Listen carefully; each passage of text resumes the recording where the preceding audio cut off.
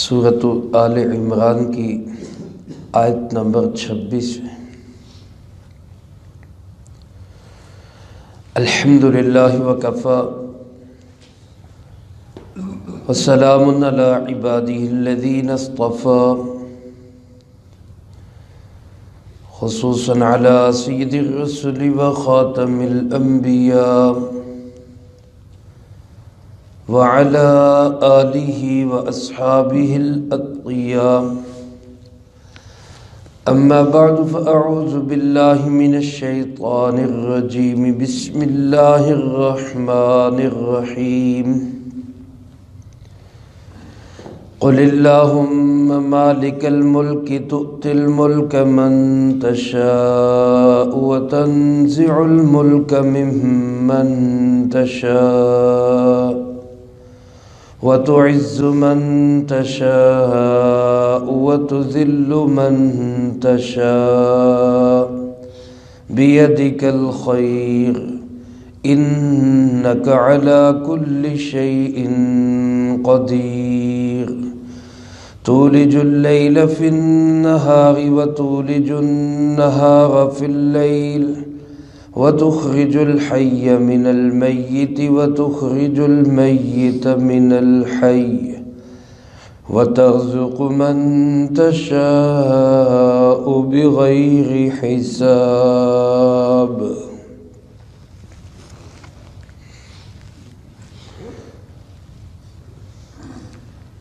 قل اے پاک پیغمبر صلی اللہ علیہ وآلہ وسلم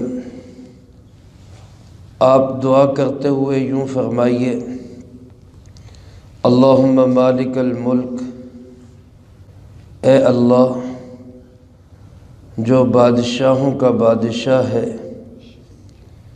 تؤتی الملک من تشاء، تو ہی دیتا ہے بادشاہت جس کو چاہتا ہے، وتنزع الملک ممن تشاء، اور تو چھین لیتا ہے بادشاہت جس سے چاہتا ہے، وتعز من تشاء، اور تو عزت دیتا ہے جس کو چاہتا ہے، وتذل من تشاء، اور تو ذلیل کر دیتا ہے جس کو تو چاہتا ہے، بیدک الخیر، ساری کی ساری خیر تیرے ہی ہاتھ میں ہے، انک علی کل شیء قدیر، کوئی شک نہیں کہ تو ہر چیز پہ قدرت رکھنے والا ہے،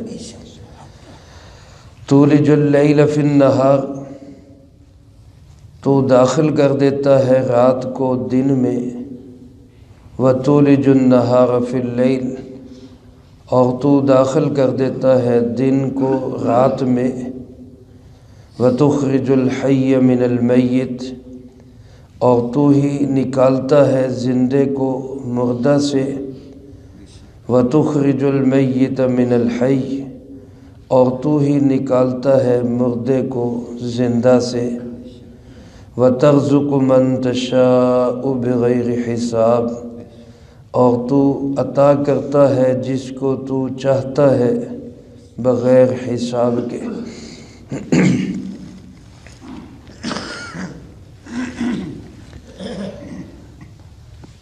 یہ سورۃ آل عمران کی آیت نمبر 26 اور 27 جس کا ترجمہ اب حضرات نے سماعت فرمایا، یہ بڑی اہم آیات مبارکہ ہے۔ ایک حدیث پاک میں سرکار دو عالم صلی اللہ علیہ وآلہ وسلم نے ارشاد فرمایا کہ اللہ رب العالمین کا اسم اعظم جس نام کو لے کر اذا دعی اجابا، جب بھی دعا کی جاتی ہے اللہ پاک اس دعا کو قبول فرماتے ہیں، وَإِذَا سُئِلَ أَعْطَى، جب سوال کیا جاتا ہے تو اللہ عطا فرماتے ہیں۔ فرمایا وہ جو اسم اعظم ہے وہ ان دو آیات مبارکہ میں ہے، جس طرح کہ اس سے پہلے سورۃ البقرہ کی ایک آیت مبارکہ کے متعلق گزر چکا اسی طرح اسی سورۃ مبارکہ کی پہلی آیت مبارکہ میں گزرا، اسی طرح سورۃ آل عمران کی اس آیت نمبر 26 اور 27 کے متعلق بھی یہی ہے کہ ان آیات مبارکہ کو پڑھ کے جب دعا کی جاتی ہے تو گویا انہی آیات مبارکہ میں اللہ کا اسم اعظم ہوتا ہے، جس کی برکت سے اللہ پاک دعا کو قبول فرماتے ہیں۔ اس آیت مبارکہ کا مفہوم تو اللہ کی توحید، اللہ رب العالمین کی قدرت کا بیان ہے کہ دعا کرتے ہوئے اللہ پاک کے سامنے یوں کہا جائے، اللہ کی عظمت، اللہ کی تعریف اس انداز سے کی جائے کہ اے اللہ تو ہی بادشاہوں کا بادشاہ ہے، ساری مملکت، ساری ملکیت در حقیقت کس کی ہے؟ اللہ رب العالمین کی۔ کائنات میں جس کو چھوٹی چھوٹی عارضی ملکیتیں بھی ملتی ہیں تو وہ بھی کون عطا کرتا ہے؟ اللہ ہی عطا کرتے ہیں۔ تو اصل میں ساری کائنات کی ایک ایک چیز کا حقیقی مالک بلا شرکت غیر مالک وہ صرف اللہ رب العالمین ہے۔ پھر جس کو تو چاہتا ہے تو ملک عطا کر دیتا ہے، جس سے تو چاہتا ہے تو ملک چھین لیتا ہے، یہ بھی اللہ کے ہاتھ میں ہے۔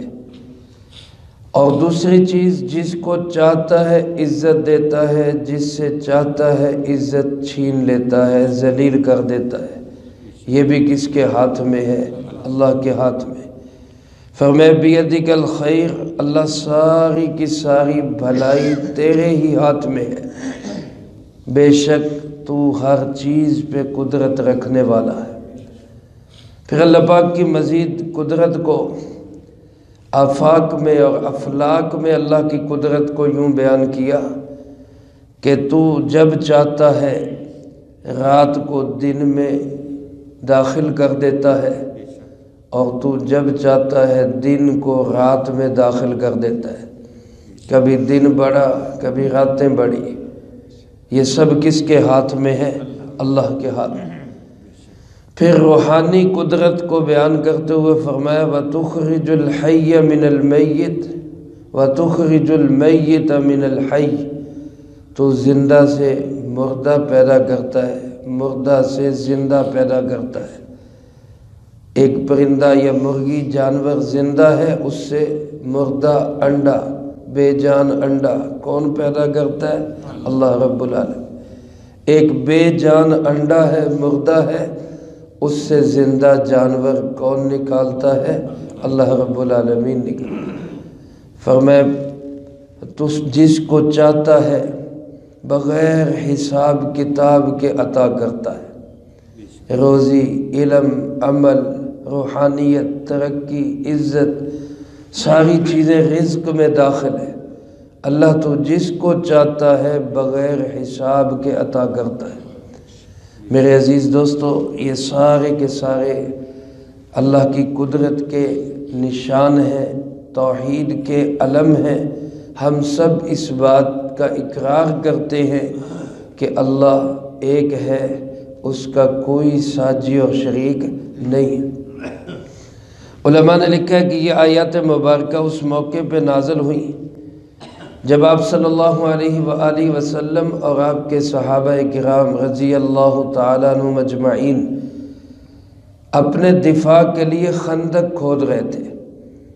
آپ حضرات جانتے ہیں سن 5 یا 6 ہجری میں مکے والوں نے اسلام کی بڑھتی ہوئی ترقی اور روشنی کو پھیلتے ہوئے دیکھ کر ان سے برداشت نہ ہوا، تو انہوں نے اس وقت کی ساری اقوام کو متحد کیا، یعنی ایک اقوام متحدہ بنائی، مسلمانوں کو نعوذ باللہ کچلنے کے لیے اور ختم کرنے کے لیے۔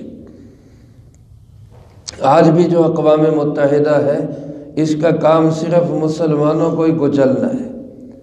اب دیکھ لیں دنیا میں جہاں کہیں مسلمان کے ساتھ زیادتی ہوتی ہے تو یہ دنیا پی کے سوئی رہتی ہے، اور جہاں کہیں کسی کافر کے ساتھ ذرا سا بھی معاملہ ہوتا ہے تو فوراً ایکشن لیتی ہے اور قراردادیں پاس کرتی ہے اور پتہ نہیں کیا کیا ہوتا ہے۔ اللہ پاک ہمارے حکمرانوں کو عقل، سمجھ اور اتحاد اور اتفاق نصیب فرمائے۔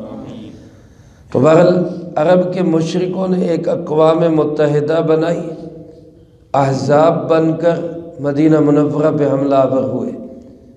رسول اللہ صلی اللہ علیہ وآلہ وسلم نے، حضرات صحابہ کرام رضی اللہ تعالیٰ مجمعین نے اپنے دفاع کے لیے مدینہ کے ارد گرد خندق کھودے۔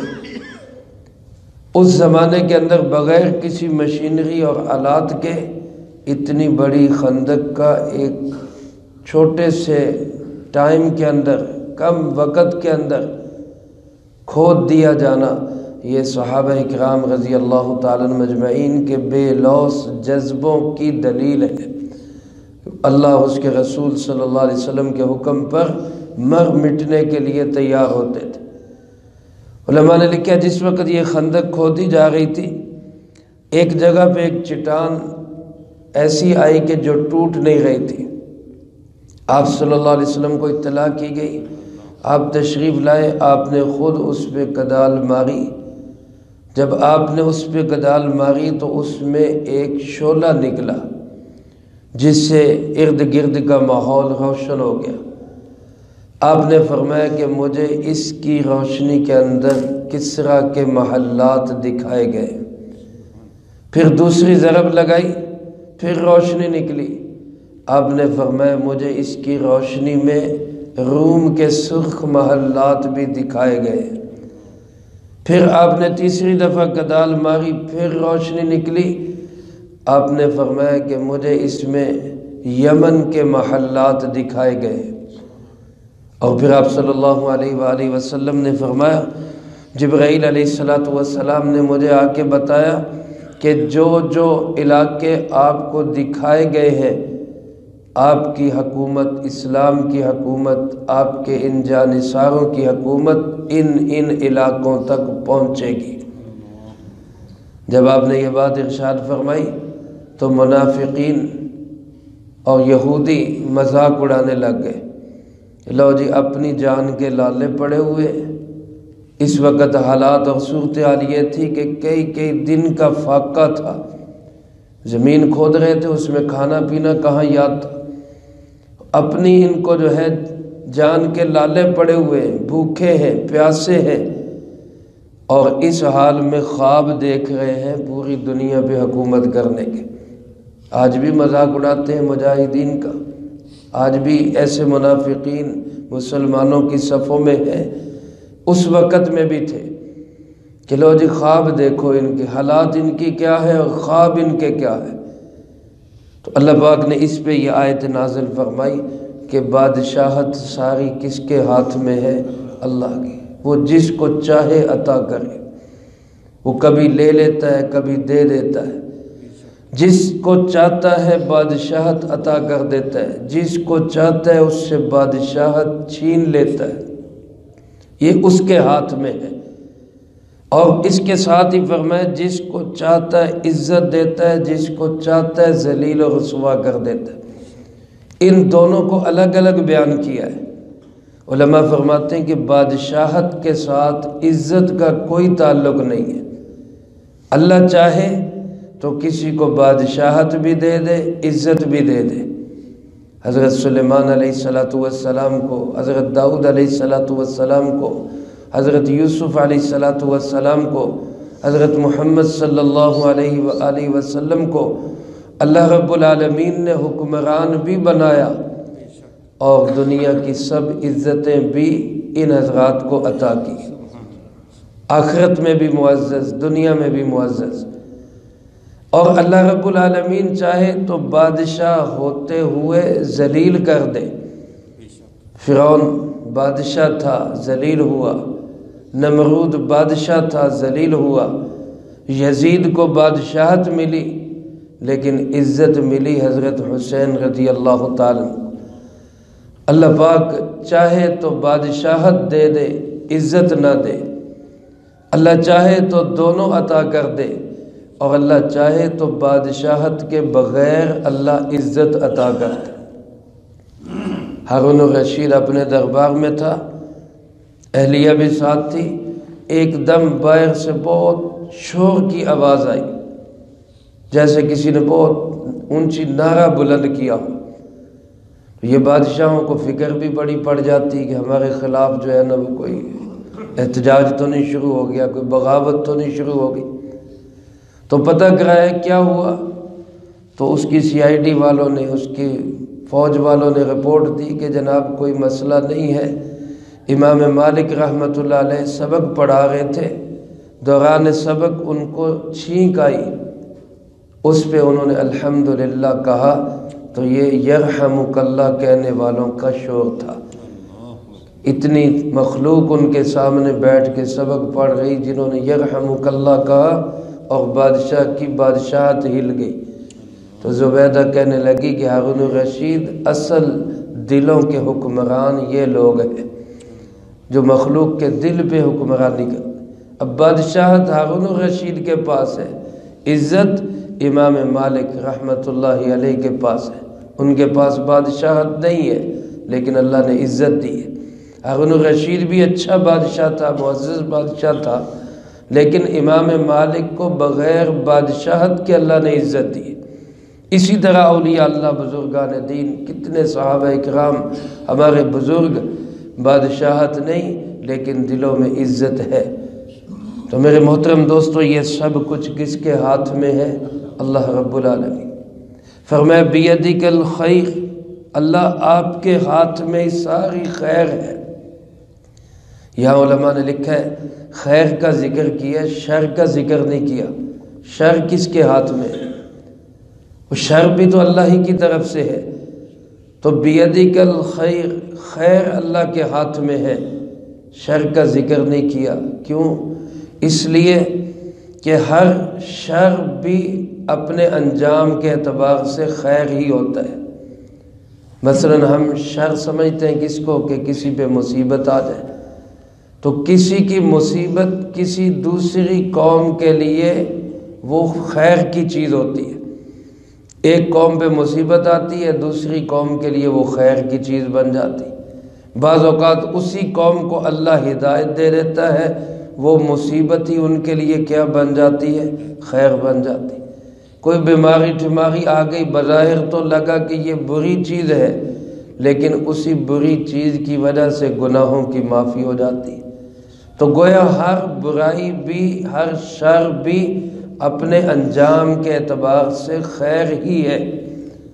نہیں کوئی چیز نکمی قدرت کے کارخانے میں، اللہ کی بنائی ہوئی کوئی چیز بھی بیکار، نکمی اور شر والی نہیں ہے۔ ہر چیز میں، شر والی میں بھی بظاہر جو شر والی ہے اس میں بھی اللہ نے کیا رکھی ہے؟ خیر رکھی ہے۔ اس لیے صرف خیر کا ذکر کیا کہ ساری کی ساری بلائی کس کے ہاتھ میں ہے؟ اللہ کے ہاتھ میں۔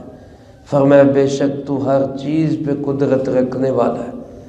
یہ اللہ رب العالمین کی ایسی قدرت بتائی جو زمین میں ہمیں نظر آتی ہے، ہم روز اس کا مشاہدہ کرتے ہیں۔ کسی کا عروج، کسی کا زوال، کسی کی اونچائی، کسی کی نچائی، کوئی وزیر بن رہا ہے، کوئی اسیر بن رہا ہے، کسی کو تخت پہ بٹھایا جا رہا ہے، کسی کو تختے پہ چڑھایا جا رہا ہے۔ یہ مشاہدے ہم روز کرتے ہیں۔ یہ سب کس کے ہاتھ میں ہے؟ اللہ کے ہاتھ۔ انک علی کل شیء قدیر۔ یہ زمینی حقائق، زمینی قدرتیں ہیں۔ اس کے بعد آفاقی، رات کو دن میں داخل کرنا، دن کو رات میں داخل کرنا۔ ابھی آپ دیکھیں کل سورج کا طلوع جو ہے وہ 7:07 پہ تھا، آج 6 پہ ہو گیا، اب کم ہونا شروع ہو گیا۔ رات کم ہوتی جائے گی، دن بڑھتا جائے گا۔ مغرب کی طرف سے کتنا فرق پڑ گیا۔ اب پوری دنیا زور لگا لے کہ اس کو روک سکے، بتاؤ روک سکتے؟ کوئی نہیں روک سکتا۔ یہ سب کس کے ہاتھ میں ہے؟ یہ آفاقی علامت ہے، افلاک کی علامت ہے۔ اس کے بعد روحانی قدرت، مردوں سے زندہ، زندوں سے مردہ۔ اس کی ایک مثال میں نے دی، جانور سے انڈا، انڈے سے جانور۔ اسی طرح علماء نے اس کی مثال یوں بھی لکھی ہے کہ اللہ پاک عالم سے جاہل اور جاہلوں سے عالم پیدا کر دیتے، کافروں کے گھروں میں مفسر قرآن پیدا کر دیتے۔ مولانا عبید اللہ سندھی رحمۃ اللہ علیہ سکھ گھرانے سے تعلق رکھتے تھے، قرآن کے مفسر بنے۔ اور کہیں اللہ پاک اہل علم کے گھروں کے اندر کافر اور بے ایمان پیدا کر دیتے۔ تو زندوں میں مردہ نکالنا، مردوں میں زندہ نکالنا، یہ کس کے ہاتھ میں ہے؟ اللہ کے ہاتھ میں۔ اللہ پاک فرماتے ہیں وَتَرْزُقُ مَن تَشَاءُ بِغَيْرِ حساب، دعا کرتے ہوئے یوں کہا کرو کہ اللہ تو جس کو دیتا ہے بغیر حساب کے دیتا ہے۔ اللہ ہمیں بھی اپنے قدرت سے بغیر حساب کے بہت عطا فرمائے، دنیا میں بھی عطا کرے، آخرت میں بھی عطا کرے۔ تو یہ آیات مبارکہ پڑھ کے دعا کرنی چاہیے، دعا قبول ہوتی ہے۔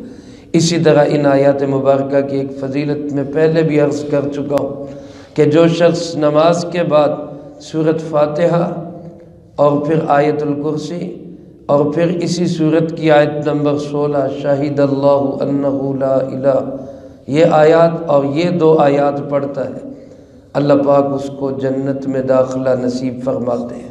حضیرت القدس فرشتوں کی اعلیٰ جماعت میں ان کو داخلہ نصیب فرماتے ہیں۔ 70 دفعہ اللہ پاک رحمت کی نگاہ سے اس کو دیکھتے ہیں، 70 حاجتیں اللہ اس کی پوری کرتے ہیں، جس میں کم از کم حاجت یہ ہوتی ہے کہ اس کے گناہوں کو معاف کر دیا جاتا ہے۔ اللہ پاک ہمیں ان آیات مبارکہ کو ورد زبان بنانے کی توفیق نصیب فرمائے، اور اس کے مضمون پر بھی اللہ ہمیں یقین نصیب فرمائے، جو کہا سنا اس کو زندگی میں لا کے دوسروں تک پہنچانے کی توفیق عطا فرمائے۔ اللہم انت السلام ومنک السلام، تبارکت ربنا وتعالی۔